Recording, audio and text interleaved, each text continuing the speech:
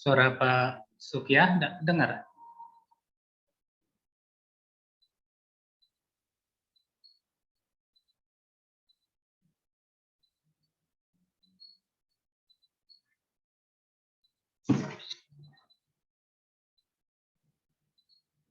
Di setting sound.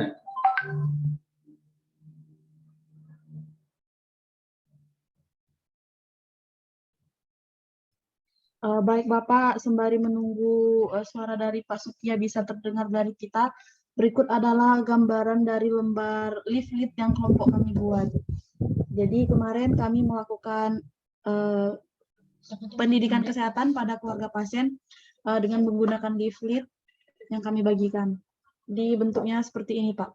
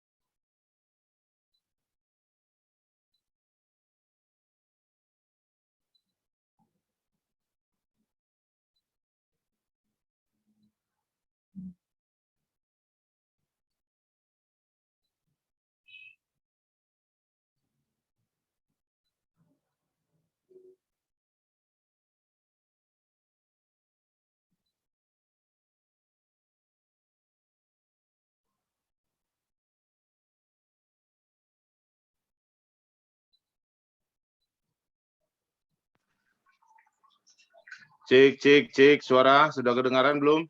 Mantap Pak, sudah keras, mantap. Nah, ini persoalan ini, karena nggak pernah main laptop-laptopan ini di lapangan. Oke, biasa di lapangan Pak ya. Tahu lebar, sawahnya aja yang lebar, nggak ada ininya, laptopnya. Oke, main di sawah. Oke. Ya. Masuk ya, jangan ketawa kau, Eprizal. Kau ketawain orang tua ini. Ya, lanjut Pak. Baik, adik-adik, terima kasih semangatnya sudah kelihatan. Cuman ada beberapa data yang tentunya perlu kalian koreksi ulang itu. Di pengkajian data dasar saya lihat kondisi pasiennya baik-baik saja. Pernapasan 18 kali standar sangat normal sekali. Kenapa saat kalian mau merawatnya tiba-tiba saja sesak napas dia jadi 28? Apakah kalian yang penyebab sesak napasnya bukan penyakitnya? Itu. Jadi Gimana? itu perlu disingkapi. Kemudian pasien sudah yang kalian temukan itu sudah 5 minggu berada di rumah anaknya. Maka yang perlu diperkuat adalah status dia tinggal di rumah anaknya itu di kamar mana. Oke, kalau rumah dia itu pencahayaan kurang, kamarnya tidak ada jendela atau yang lain-lain, tapi itu tidak gambaran karena 5 minggu dia kan sudah di rumah anak. Jadi dukungan untuk perawatan TB ini tadi, kondisi lingkungan, ya di rumah dia tinggal.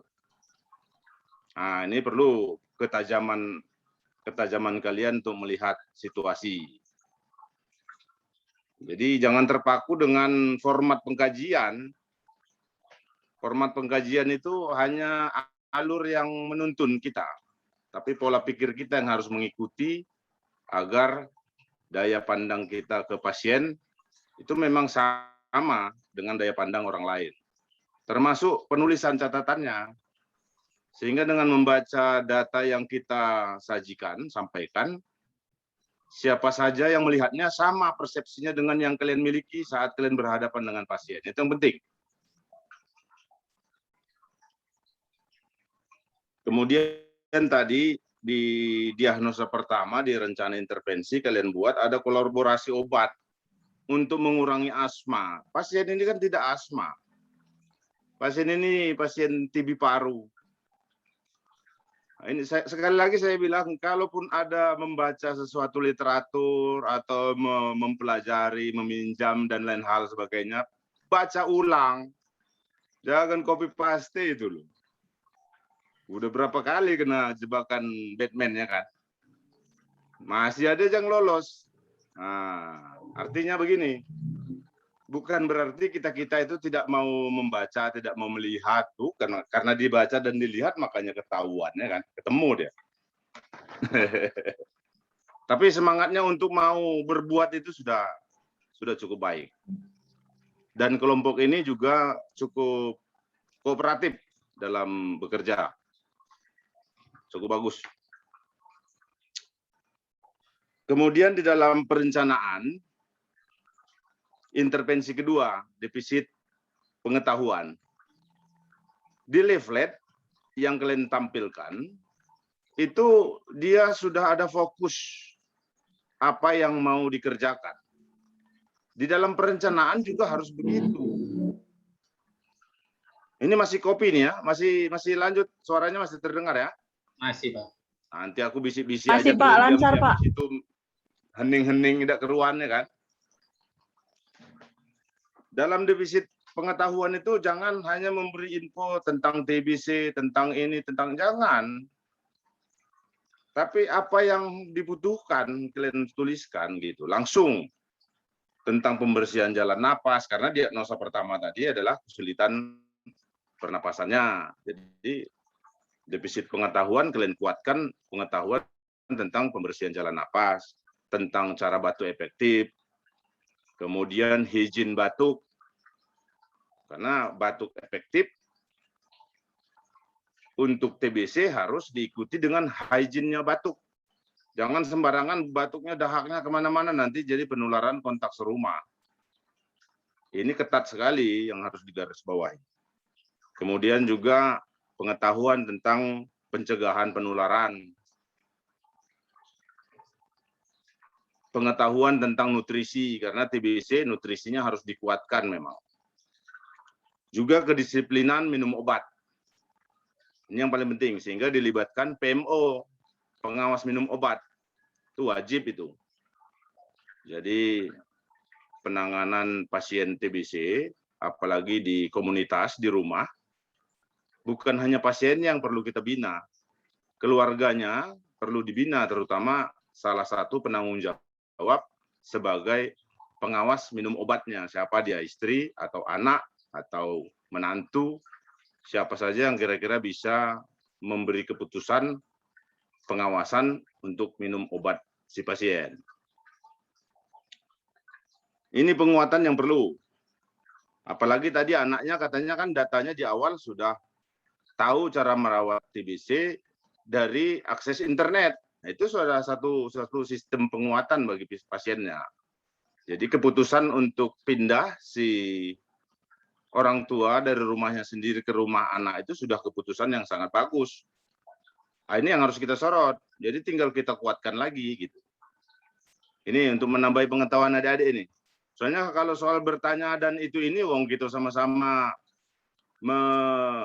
menyusun, mengkoreksi pasiennya, melihatnya kok. Jadi saya nanya lagi kan nggak pas dia. Jadi paling penguatan saja terhadap apa yang kalian buat.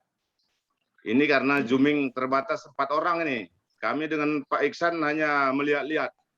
Kalau biasanya seminar banyak orang kan banyak teman-temanmu mampu bertanya, mempertanyakan dan lain sebagainya. Kemudian asuhan keperawatan secara utuh juga tidak bisa terlihat di sini. Yang terlihat hanya cuplikan tampilan yang mau kalian sajikan. Cukup bagus, hanya perlu beberapa koreksi dan penguatan untuk bisa kalian pahami.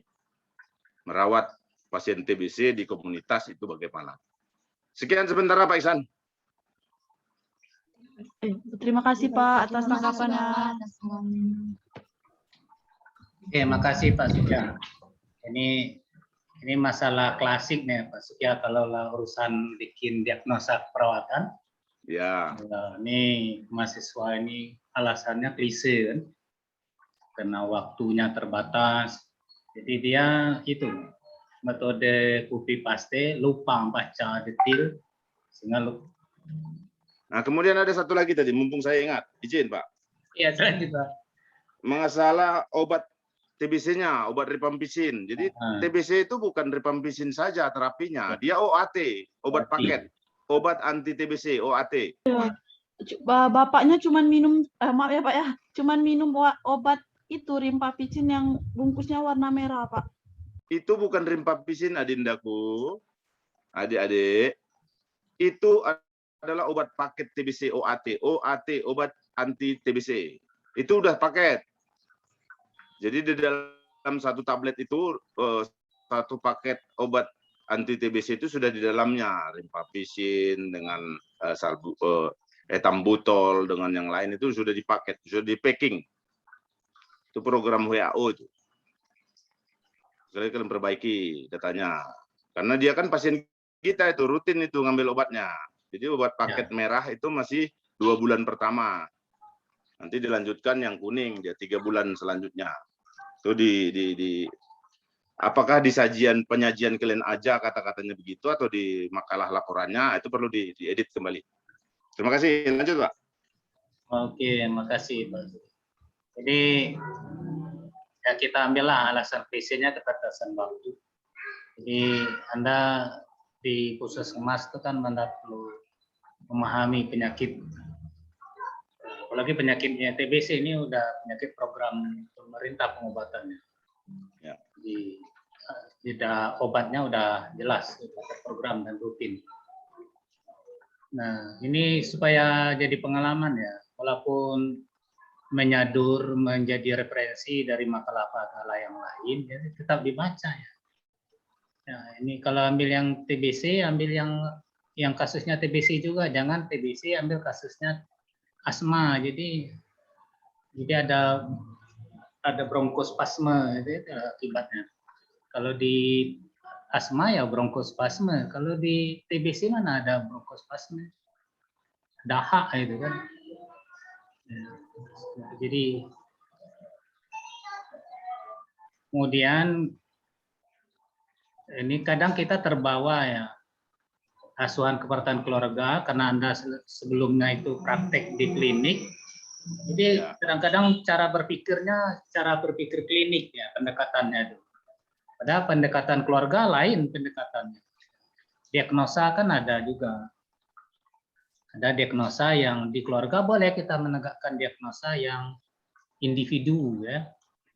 Tapi latar belakangnya tetap keluarga. Dan ada yang paling pasnya itu ya keluarga yang memang keluarga sasarannya, masalah yang dirasakan keluarga, bukan yang dirasakan individu. Ya, jadi perlu banyak waktu karena kita cuma seminggu sehingga terkesan tergopoh-gopoh. Tugas individu bikin askep, kemudian ada tugas kelompok bikin askep untuk seminar. Memang dirasakan waktunya, karena untuk menerapkan askep keluarga 1 minggu nggak bisa apa-apa, kan Pak Setia. Untuk kontrak tahap saling mengenal, membina trust saja itu kan nggak bisa 1 kali ketemu bisa langsung trust. Kemudian pertemuan tahap 2 baru bisa tahap pengkajian, beberapa dibutuhkan baru 2 kali pengkajian, baru bisa intervensi. Itu kan nggak cukup 1 minggu. Tapi kita dengan alokasi waktu mau tidak mau kita harus mencapai target yang ditetapkan oleh institusi dengan segala keterbatasan. Jadi pengalaman lapangan dengan pengalaman di institusi itu sangat jauh berbeda. Jadi penerapannya. Jadi terima kasih kepada Pak Supya dan teman-teman yang di Puskesmas yang telah memfasilitasi mahasiswa untuk praktek penerapan asuhan keperawatan keluarga. Mungkin dengan keterbatasan waktu, mungkin harapan mahasiswa untuk dapat pengalaman dalam penerapan asuhan keperawatan keluarga tidak begitu maksimal. Mungkin nanti ada masukan lain, silakan Pak Setia untuk kami institusi. Ya, mungkin untuk adik-adik aja nih penguatan ini Pak. Ya Pak. Ini untuk adik-adik ini ya, kalian sudah bekerja, level juga sudah angkatan terakhir ini ya. Ya. Jadi yang perlu saya titip pesan ini, coba tingkatkanlah minat untuk mau berbuat. Nah, itu dulu. Masalah sumber literatur, ada bahan bacaan makalah yang sudah lewat dengan kasus yang sama, atau kalian pernah di rumah sakit membuat LP tentang TBC atau tentang stroke atau hipertensi yang lain yang memang kasusnya sama. Tapi mau berbuat, jangan yang itu lagi dicaplok. Tidak masalah membaca, menjadikan jadi acuan, menyontoh, mengkopi ulang, tidak masalah. Asal kalian buat lagi. Kalian baca lagi literatur lain pendamping, menyesuaikan dengan situasi yang ada. Itu sudah belajar. Karena memang yang membuat dulu juga belajar. Ya kalian baca, ya buku literatur yang kalian baca itu juga ya dibuat orang lain. Kalian nyontek aja sekarang mengikuti gitu. Cuman ikuti yang terbaru, ikuti yang terbaik. Sehingga jangan yang salah lama ikut juga kalian salah. Pilih dari orang-orang yang pinter. Itu. Jadi pokoknya mau berbuat dulu. Yang berikutnya, colong buka hati untuk mau mengikuti anjuran dan nasihat dari senior-senior, dari pembimbing. Jangan langsung disebut begini kamu langsung nutup hati. Itu ganjalan utama untuk maju. Pokoknya usahakan ikutlah dulu. Bukan diajak ke jurang enggak, atau diajak capek-capek enggak. Contoh kemarin kita seminggu, hari Senin sudah langsung saya setting agar kalian dapat pasien, sorenya perjuangkan harus dapat.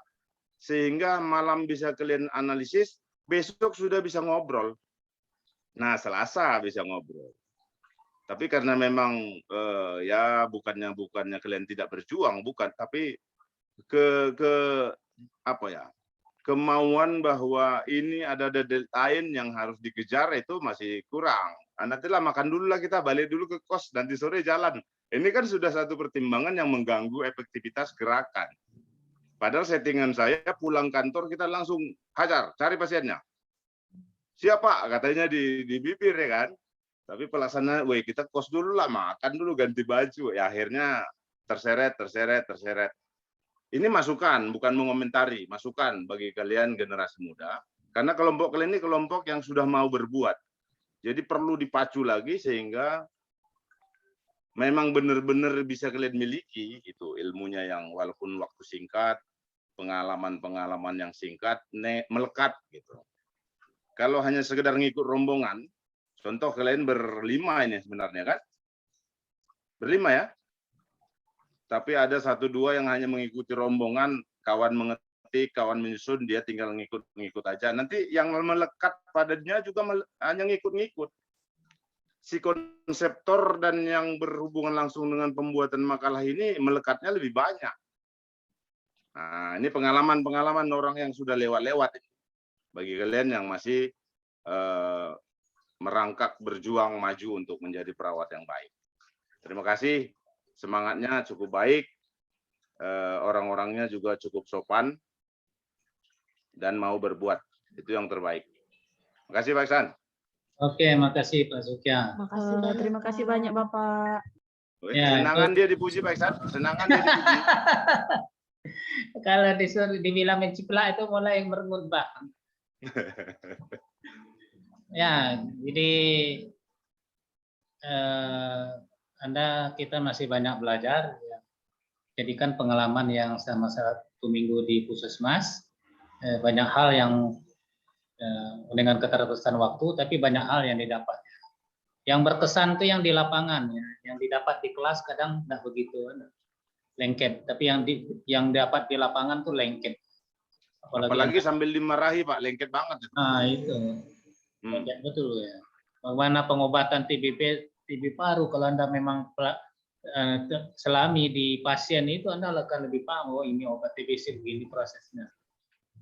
Jadi programnya di Puskesmas bagaimana, jadi Anda lebih paham bagaimana programnya, penanganannya. Jadi kalau Anda memang, jadi itu lebih lengket ya, daripada dibaca sendiri apa itu TBC, biasanya lengketnya enggak begitu. Ya, jadi pengalaman. Saya rasa itu ya, Pak Sukya, terima kasih. Nanti mungkin nilai seminarnya bisa di WA-kan aja Pak. Siap.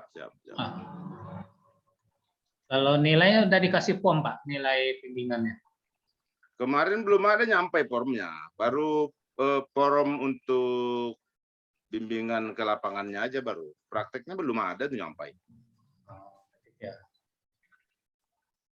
Nanti coba kita konfirmasi ke koordinatornya Pak Sam ya. Pak Sam Wilson. Nah, nanti apakah ada form penilaian yang lain yang harus diisi oleh pembimbing lahan, nanti mereka akan datang lagi menemui Bapak di Puskesmas. Ya, siap. Ya, saya rasa itu Pak, atas nama Prodi kami mengucapkan terima kasih Pak atas waktu dan bimbingannya selama 1 minggu. Mungkin mohon maaf juga Pak, mungkin tidak maksimal kita, terutama saya, untuk mendampingi mereka di lapangan dengan segala keterbatasan waktu. Mudah-mudahan ke depan untuk mahasiswa praktek ke depan ada perubahan. Saya rasa terima kasih. Selamat sore. Assalamualaikum warahmatullahi wabarakatuh. Waalaikumsalam. Makasih. Makasih Bapak. Pak Sukya, makasih. Pak Iksan, makasih. Makasih Pak Sukya. Bye.